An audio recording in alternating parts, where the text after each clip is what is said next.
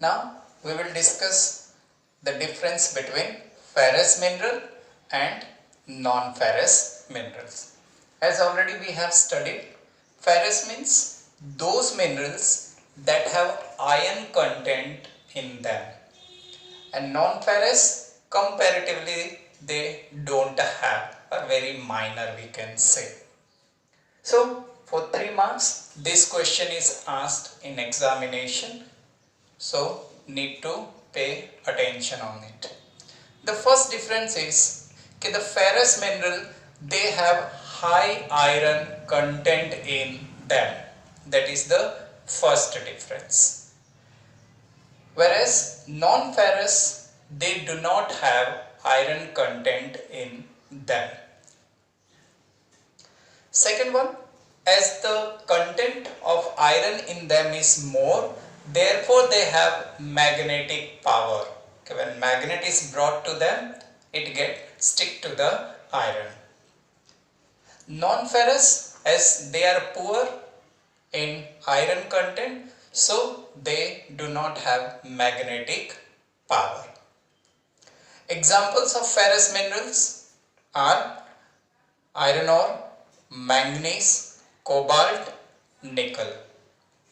Whereas example of non-ferrous minerals are copper, lead, tin, bauxite. Now we will discuss difference between metallic minerals and non-metallic mineral. This is asked for 5 marks in the board exam.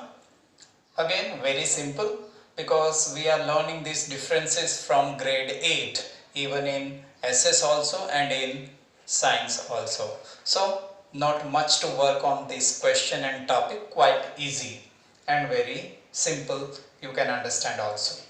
So let's directly come back to the topic. The first character of metallic minerals is that they contain more iron in them, as we have written, that is metal in them is more. Whereas in non-metallic minerals there is no content of iron ore or metal in it. Second property of metallic mineral is that they are malleable and ductile.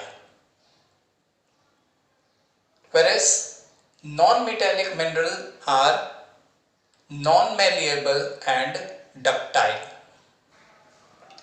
Yeah, so I was saying malleable and ductile. So meaning of malleable. So malleable means those metals which can be changed easily without breaking. That is, the shape can be changed quite easily without breaking. And ductile.